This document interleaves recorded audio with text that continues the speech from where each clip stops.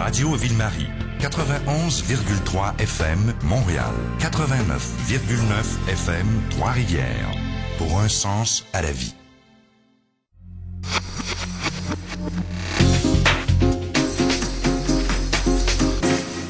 Midi et 36, vous êtes en compagnie de Jean-Philippe Trottier. Noël approche, mais attention, il est imprudent d'en souhaiter un joyeux car on ne sait jamais si on va froisser la sensibilité ou les croyances ou non-croyances de son vis-à-vis. Multiculturalisme et rectitude politique obligent. Le joyeux Noël et sa symbolique seraient-ils voués à la clandestinité ou au mieux réservés à une minorité d'initiés ? Pour la vie sociale courante, il faut être inclusif, ouvert, tolérant, non discriminatoire, vertueux et dire à la suite des Américains « joyeuse fête ». Et dans la course à la vertu, on peut aussi se souhaiter un joyeux décembre comme on l'a vu récemment sur l'avenue Mont-Royal. Mais, comme nous le disions la semaine dernière, pourquoi arrêter en si bon chemin puisqu'il y a certainement des personnes pour qui décembre n'est pas joyeux ? Nous devrions alors nous lancer dans la rue un morne et glauque « Je vous souhaite décembre tout court ».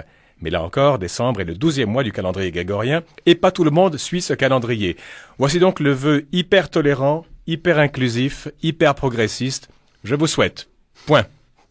J'ai le plaisir d'accueillir en studio Mathieu Boccoté qui vient d'écrire dans les Échos de Montréal un texte intitulé « Noël politique ». Mathieu, bonjour. Bonjour. Je vous le souhaite. Oui, bien sûr, je vous souhaite aussi. Bon on souhaite à la station entière, à tous nos auditeurs. Alors, on vous connaît comme quelqu'un qui a une plume assez acérée et vous êtes assez critique de tout ce qui se passe autour de Noël, cette rectitude politique et cette façon de diluer ce qui est nos traditions, en fait. Très critique, en fait, effectivement, envers le multiculturalisme et la rectitude politique qui en est un peu l'arme idéologique. C'est-à-dire très critique envers le multiculturalisme. Pourquoi? Oui. Parce que le multiculturalisme repose sur la thèse suivante. Il propose l'inversion du devoir d'intégration. L'inversion du devoir d'intégration, c'est-à-dire qu'autrefois, s'intégrer à une société pour un nouvel arrivant, pour un immigrant, ça consistait à prendre le pli de la culture majoritaire. Ça consistait à s'approprier l'héritage de la culture de la société à laquelle on voulait appartenir. Aujourd'hui, c'est l'inversion du devoir d'intégration. C'est la culture majoritaire qui doit s'effacer de l'espace public, qui doit s'effacer des institutions publiques. C'est la culture majoritaire qu'on doit vider, finalement, des institutions communes pour éviter qu'elle ne fasse entrave à l'expression des revendications identitaires minoritaires, pour éviter qu'elle n'entrave, finalement, l'avènement d'une société plurielle où la communauté d'accueil n'est qu'une n'est qu'une communauté parmi d'autres, n'est qu'une identité parmi d'autres. Alors, j'en arrive à la rectitude politique. Qu'est-ce que la rectitude politique dans les circonstances? C'est un véritable principe de censure. C'est un principe de censure du langage, d'aseptisation du langage pour éviter qu'on retrouve dans le Joyeux Noël, dans le Bonne Saint-Jean aussi, dans l'ensemble du vocabulaire, qu'on retrouve des traces discriminatoires. Et qu'est-ce qui est discriminatoire? Eh bien, c'est le refus, tout simplement, de concéder à l'égalitarisme identitaire et discriminatoire toute affirmation de la culture de la société d'accueil, de la culture majoritaire. Et la question du Joyeux Noël est ici très importante. On le voit, ça vient des États-Unis, soit dit en passant là-dessus, c'est ce qu'on appelait les Christmas War ou War on Christmas. On a compris au début des années 90 que la référence à Noël devait gagner une portée politique. Une portée politique, pourquoi? Eh bien parce qu'elle consistait à réitérer dans l'espace public la légitimité d'une référence chrétienne. Or, la référence chrétienne, de ce point de vue, serait discriminatoire, on l'a compris, serait en contradiction avec la religion du multiculturalisme. Donc, de ce point de vue-là, dans l'ensemble des sociétés occidentales, depuis une vingtaine d'années, on le voit, chaque fois que le mois de décembre arrive, c'est l'occasion pour tirer systématiquement contre tous les symboles. Les chants de Noël à l'école, les symboles, l'arbre de Noël. Rappelez-vous, il y a 2 ans, on nous disait que c'était plus l'arbre de Noël au Québec, c'était l'arbre des festivités. Ça venait du cabinet du premier ministre. Dans les écoles secondaires, dans les écoles primaires, dans les CPE du Québec, on le sait, la référence au christianisme est censurée. La référence, par exemple, on vient d'apprendre avec la nouvelle loi sur ce qui va se passer dans les CPE en service de garde. On va accepter le sapin de Noël, mais on n'expliquera pas sa signification. On peut expliquer une crèche à condition de dire que l'enfant Jésus n'est qu'un enfant parmi d'autres et on se demande bien pourquoi il y a une crèche qui soit là pour l'honorer. Alors, d'un côté comme de l'autre, on peut dire qu'on est dans une situation de neutralisation, pour ne pas dire de déconstruction programmée et politique de la culture québécoise. Mais Mathieu Bocoté, le plus paradoxal là-dedans, c'est que c'est pas les non-chrétiens qui veulent supprimer le Noël, le sapin, etc. C'est les chrétiens et les élites surtout qui sont chrétiennes de culture au moins, qui font ce travail de sape. Pourquoi? Vous avez tout à fait raison. Le problème ne vient pas des nouveaux arrivants. Ça vient d'une partie de nos élites qui n'ont retenu du christianisme, si je puis dire, que le réflexe pénitentiel. Alors il y a cette idée idée qui domine dans les sociétés occidentales, qui est très présente au sommet de notre société. En plus on monte, je dirais, moins l'oxygène est présent et plus on est multiculturaliste. Alors quand, dans nos sociétés, on peut le voir, il y a cette idée qu'il y a une grande culpabilité occidentale. Une culpabilité marquée sous le signe du racisme, du sexisme, de l'homophobie, du repli sur soi, du refus de la différence. Et depuis 40 ans, nos sociétés en seraient venues à se convertir à la différence, à la diversité.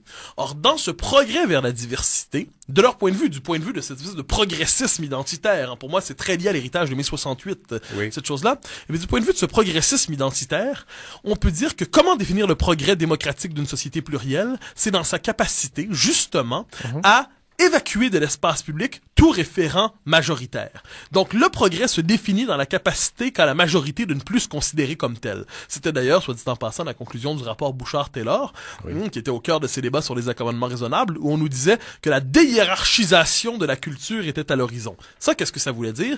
Ça voulait dire qu'il ne fallait plus considérer notre société autrement qu'à la manière d'une page blanche. Le Québec est une page blanche, à chacun d'y écrire son petit morceau, mais il n'est plus possible de considérer notre histoire, véritablement, comme fondatrice. L'histoire, la mémoire, la culture ne sont plus fondatrices et ce sont des excès qu'on doit nettoyer. Je vous interromps, Mathieu Bock-Côté, mais est-ce que ça, c'est le Canadien français catholique qui aurait intégré, si vous voulez, le mépris de la culture gagnante d'antan, donc les Canadiens anglais, etc., et qui, voulant être plus moderne que les modernistes, et voulant comme vous dites, javeliser son passé médiocre et de perdant, etc., a voulu se projeter dans la modernité à pleine vapeur. Je ne crois pas, Non? parce que quand on regarde, c'est la situation la même dans toutes les sociétés occidentales. C'est vrai. Dans l'ensemble des sociétés occidentales, et je constate même qu'avec la crise des accommodements raisonnables, les Québécois, qu'est-ce qu'ils ont dit? Je parle ici des Québécois de base, là, je parle pas de ceux qui fonctionnent dans le système radio-canadien.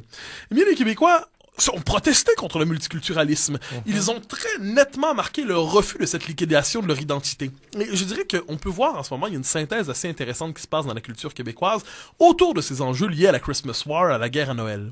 Laquelle? Les Québécois en sont, je crois, venus à ce moment de synthèse dans leur identité collective. Moment de synthèse entre l'héritage de la Révolution tranquille, qui est un héritage de laïcité, qui est un héritage d'affirmation nationale, qui est un héritage d'affirmation majoritaire, et récupération du vieux passé canadien-français, dont on constate soudainement la pertinence. Parce que lorsqu'on remet en question, la laïcité de la Révolution tranquille disait la chose suivante, le passé catholique, l'héritage catholique du Québec sera refoulé à l'arrière-fond de l'espace public, mais on ne change pas l'arrière-fond. Là, depuis qu'on cherche à nous dire, depuis l'avènement du multiculturalisme, depuis qu'on nous dit qu'on doit changer l'arrière-fond parce qu'il serait discriminatoire, les Québécois se réapproprient leur vieux passé catholique et l'investissent dans l'espace public pour en faire une synthèse identitaire de l'avant et de l'après 60. Et de ce point de vue, je dis qu'il y a une signification politique aujourd'hui au fait de Noël en un sens, parce que c'est la récupération politique d'une identité. J'ajouterais une chose à ça.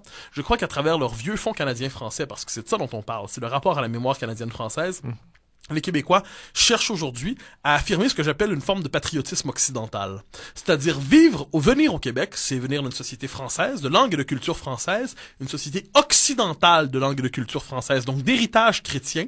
Et de ce point de vue-là, le vieux fonds catholique est aujourd'hui mobilisé pour être capable de marquer cette dimension occidentale de notre identité collective. Je me réfère à ce que vous disiez justement dans votre...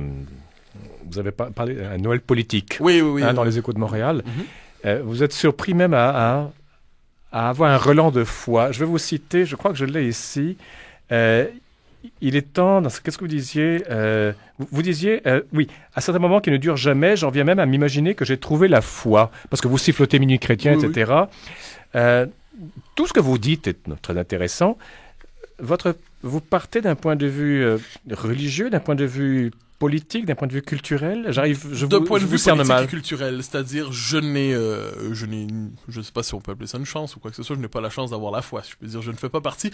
La foi dans une société, la grâce de quelques-uns, et si elle n'est pas soutenue par la culture, eh bien, on voit ce que ça donne. C'est l'épidémie du New Age. C'est chacun qui se croit investi d'une spiritualité particulière. Alors, c'est pas mon cas là-dessus. Je suis, je dirais, un agnostique ordinaire. Mais ce que je constate, cela dit, et dans chaque moment de Noël, je disais souvent à mes amis auparavant que j'étais un croyant du temps des fêtes. C'est-à-dire, au moment des fêtes, fêtes, là, il y a quelque chose d'assez beau, c'est-à-dire la musique de Noël qui évoque quelque chose, une forme de spiritualité quelquefois, et dans ses formes les plus populaires, hein, c'est le minuit chrétien, comme dans ou l'Ave Maria, et dans des formes beaucoup plus sophistiquées, une certaine musique de Noël de grande qualité, certaines messes, bon. Et quand on voit l'architecture, quand on voit le fait que le christianisme a quand même fécondé non seulement notre pays, mais a fécondé notre civilisation, je me dis quelquefois qu'il fallait une énergie spirituelle qui tend vers autre chose que les œuvres purement humaines pour avoir été capable d'édifier ces choses-là. Mais ça ne dure normalement que quelques jours parce que malgré tout, en cela, je participe à notre temps.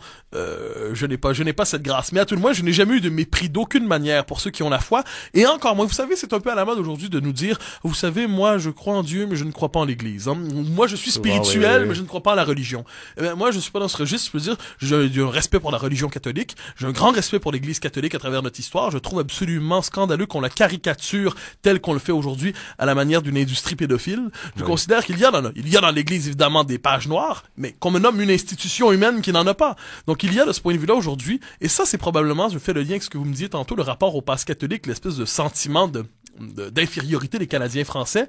Je crois qu'enfin les Québécois sont en train de se déprendre de ce rapport traumatique au passé pré-1960. Je crois que les Québécois sont en train de se déprendre au moins partiellement aujourd'hui de cette idée d'un passé absolument caricatural qu'on ne pourrait représenter que sous les traits de la grande noirceur. Je crois que les Québécois aujourd'hui se réapproprient l'avant 60 et peut-être vont-ils être capables de poser un regard non pas croyant, non pas religieux, mais culturel et attendri envers leur héritage catholique. Mathieu Bocoté, je vais quand même mettre un bémol à ce que vous dites.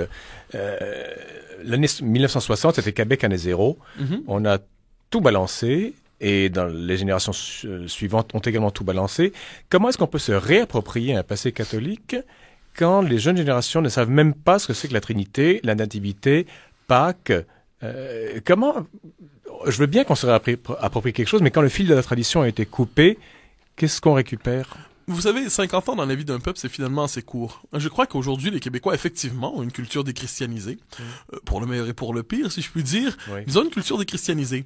Pourtant, je constate que dans la société québécoise, il y a une réappropriation ostentatoire des symboles chrétiens, des symboles catholiques. Ah bon? Un exemple, le débat sur le crucifix à l'Assemblée nationale. Les Québécois sont pas particulièrement croyants, on le sait. Les Québécois sont même, ils ont même un rapport critique envers l'Église. Je l'ai dit, ça va peut-être changer comme je l'évoque, mais pour l'instant, ça demeure un rapport assez critique. Pourtant, ils s'opposent à l'évacuation du crucifix de l'Assemblée nationale. Est-ce que c'est parce qu'ils veulent véritablement inféoder le Parlement à Rome? Ça me paraîtrait un peu hasardeux, hypothétique. On n'est pas si ultra longtemps que ça. Mais alors pourquoi y a-t-il une appropriation, une défense du crucifix à l'Assemblée nationale? Mais parce qu'on y voit véritablement, je crois, c'est mon hypothèse, le symbole de notre appartenance à la civilisation occidentale. J'ajouterais qu'une culture, ça prend du temps à se recomposer. Après, l'héritage de 60, c'est ça qui est dramatique. Le Québec, en 1960, avait besoin d'une refondation, d'une forme de refondation nationale. L'erreur, ça a été de croire que cette refondation se jouait contre le passé, se jouait contre l'histoire, contre la tradition. L'erreur, ce n'est pas la Révolution tranquille, c'est le mythe de la grande noirceur. Et aujourd'hui, si je puis dire, si nous en sommes à un moment de recomposition de la conscience historique, si nous sommes à un moment dans l'histoire du Québec où la recomposition de la conscience historique est une tâche non seulement nécessaire, mais possible et même probable, eh bien, je dirais qu'il faut sauver la Révolution tranquille et la délivrer du mythe de la grande noirceur. Replacer la Révolution tranquille dans une continuité historique, dans une continuité nationale, et c'est cette espèce de jeu de mémoire qui est important dans le Québec contemporain, et c'est pour ça, vous remarquerez dans tous les débats sur l'identité québécoise, la langue demeure centrale, mais la langue n'a plus le monopole sur l'identité québécoise parce qu'on cherche à se réapproprier une forme de substrat culturel, une forme de substrat identitaire qu'on n'est plus capable de nommer. Vous l'avez bien dit, nous avons une culture déchristianisée, nous avons une culture qui a une véritable faiblesse, puis c'est lié à d'autres problèmes dans le système d'éducation, là, tout ça vient ensemble, si je puis dire. On vous réinvitera pour ça. Hein? Avec grand plaisir. J'ai beaucoup de mal à dire de l'école québécoise. mais cela dit, il y a néanmoins cette capacité à travers des symboles simples, Noël, Pâques, le crucifix, les chants de Noël. Il y a la capacité de les nommer comme symboles identitaires parce qu'on sait que même si on ne sait plus ce qu'on y voit, on y voit quelque chose qui est un peu nous. Mathieu Bocoté, c'est quand même un petit peu mince, non? Je pense qu'il faut partir de là-dessus. C'est-à-dire, si, je réfléchis politiquement ici, je réfléchis culturellement, je n'ai pas la prétention d'avoir une réflexion du point de vue de la foi. Mais non, mais même culturellement, c'est mince. C'est mince, mais ce n'est pas rien. C'est mince, mais ce n'est pas rien. Une culture, je l'ai dit, prend du temps à se recomposer. Mathieu Bocoté, encore une fois, je vous interromps, mais nous sommes tellement minoritaires en Amérique du Nord. Comment est-ce qu'on peut se permettre cet horizon temporelle. Est-ce qu'on peut se permettre cette mémoire longue alors qu'on est si jeune et si petit? Le chanoine Groux disait, vous savez, que la nation canadienne-française risquait son existence à chaque génération. Oui. C'est-à-dire la perte de la mémoire pour une génération serait fatale. Moi, ce que je crois constater, c'est effectivement dans l'espace nord-américain, dans un espace où nous sommes véritablement minoritaires, il n'y a pas de doute là-dessus, ça impliquerait de poser la question de notre statut politique, mais c'est un autre problème. Je crois que les Québécois, dans cette perspective, ont une conscience profonde de leur enracinement. Une conscience profonde de leur enracinement, c'est d'ailleurs une de leurs forces historiques, cette capacité d'enracinement. Donc la question c'est que faire de ces fondamentaux? Les Québécois ont accès à leurs fondamentaux, c'était la crise des accommodements raisonnables, mais c'est aussi une forme de résilience identitaire. Il y a des fondamentaux québécois, l'enracinement, une certaine mémoire dont on ne sait plus quoi faire, mais qui continue de nous interpeller. Et je constate une chose par ailleurs, lorsque je fais des conférences, j'en fais à travers le Québec, pour différents organismes qui m'invitent, les Québécois, même les plus jeunes, arrivent avec des connaissances très limitées. Ils connaissent peu leur histoire, ils connaissent peu leur histoire politique, alors imaginez le reste.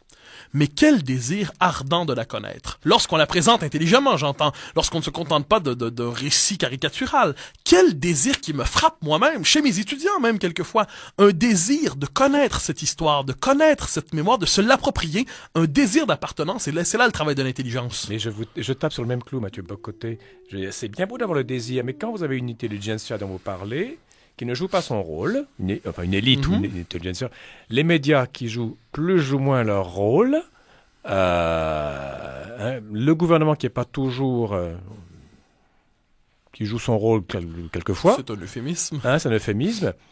Vous allez avoir quelques jeunes qui ont le désir de se réapproprier ce passé, réapproprier Noël, etc., mais si tout joue en leur défaveur, est-ce qu'ils pourront eux-mêmes, est-ce que la racine pourra prendre?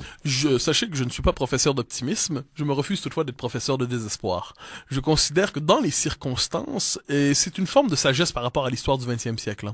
C'est-à-dire, au 20e siècle, l'intelligentsia s'est infiniment plus souvent trompée que le peuple.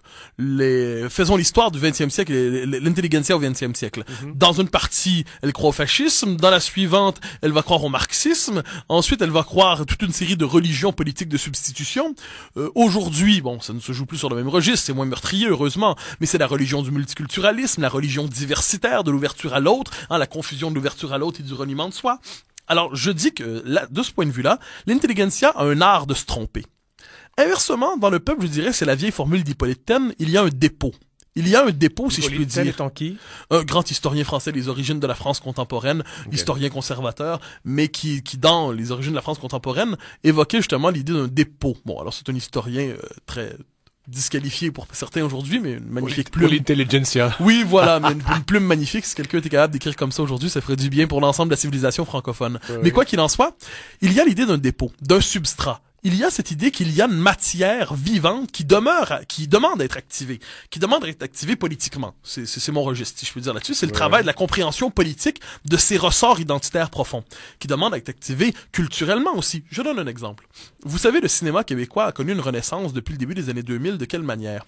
En quittant le registre de l'introspection plateau-pitec, de l'introspection des jeunes trentenaires. Plateau-pitec, c'est bon ça. Trentenaires et quadragénaires névrosés du plateau Mont-Royal.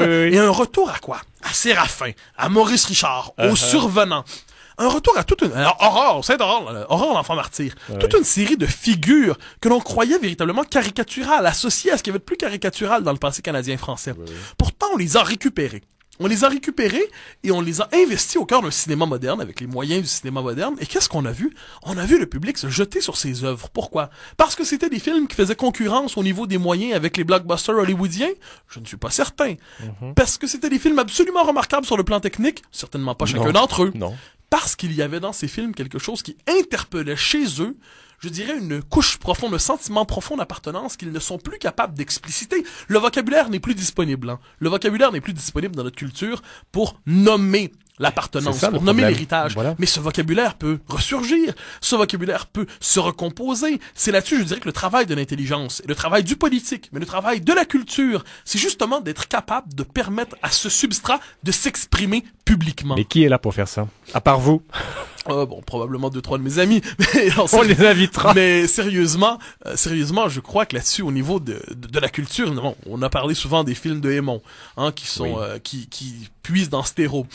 Mais on pourrait nommer bien d'autres gens. Dans la nouvelle génération d'historiens, j'en nomme un parmi d'autres, Éric Bédard, qui a fait un livre passionnant, Les Réformistes, qui s'en va redécouvrir le passé canadien-français de 1840, 1860 environ, qui redécouvre une génération. C'est qu'un des meilleurs historiens de sa génération. Je pourrais nommer des gens, mais évitons de nommer des gens, nommons plutôt des cohortes, nommons des mouvements. Allez-y. En 2 minutes. Hein. En 2 minutes. Alors, je crois qu'il y a dans la classe politique, dans le milieu des affaires aussi, un peu dans les médias, mais ça c'est plus, c'est un peu plus complexe. On trouve plusieurs personnes qui sont en attente, je dirais, d'un discours refondateur. Refondateur non plus sur le mode de la liquidation, mais refondateur sur le mode de la réconciliation. Je crois qu'il y a une attente aujourd'hui pour une grande réconciliation québécoise, une réconciliation avec notre passé. Canadien-français. Je dirais une réconciliation du Canada français et du Québec. Il faut réconcilier l'héritage canadien-français avec le présent québécois. Il faut être capable de réconcilier la Révolution tranquille et ce qui l'a précédé. Nous sortons finalement du cycle politique et du cycle historique de la Révolution tranquille. Nous sortons de ce moment où nous avons cru que nous devions refonder notre existence sur l'utopie plutôt que sur la mémoire. Eh bien, nous sortons de ce cycle. Désormais, le travail de l'intelligence, le travail politique, le travail de la culture, c'est d'être capable de porter cette réconciliation. Je ne prétends pas qu'il y a des masses pour le faire. Je suis persuadé d'une chose, cela dit, qu'il y a une attente populaire pour cela. Ce serait notre travail, il me semble, d'être capable de l'expliciter et de lui reconnaître une véritable valeur. Mathieu Bocoté, vous êtes un chrétien qui s'ignore parce que ce que vous parlez du levain dans la pâte, le sel de la terre, la lumière du monde, ça flirte dangereusement avec tout ce que vous racontez, vous, l'agnostique politique. La culture parle à travers moi. Alors, le joyeux Noël, ce sera, si vous voulez, le symbole de cette... Ce sera un symbole parmi d'autres. Je l'ai dit, je disais comme bien d'autres auparavant, joyeuse fête, dans ma tête étant joyeuse fête de Noël. Oui. Et là, qu'est-ce que je vois? Je me surprends à poser un geste politique tous les jours, au supermarché, au dépanneur et ailleurs. On me dit joyeuse fête, je réponds joyeux Noël. Et il y a dans mon joyeux Noël quelque chose qui relève de la provocation. Alors, de ce point de vue-là, qui sait si, espérons que ça ne soit plus une provocation, que ça redevienne une évidence. Ça me rappelle Jean-Paul II qui a son premier voyage en Pologne en 79, qui ne parlait pas de religion et de politique, mais c'était vraiment entre les deux. Alors, je vous soupçonne de crypto-christianisme, Mathieu Bocoté. J'espère que vous reviendrez à notre micro bientôt. J'accepterai avec grand plaisir. Alors, je vous souhaite un joyeux Noël, hein? Alors, et une bonne année 2011. Pareillement.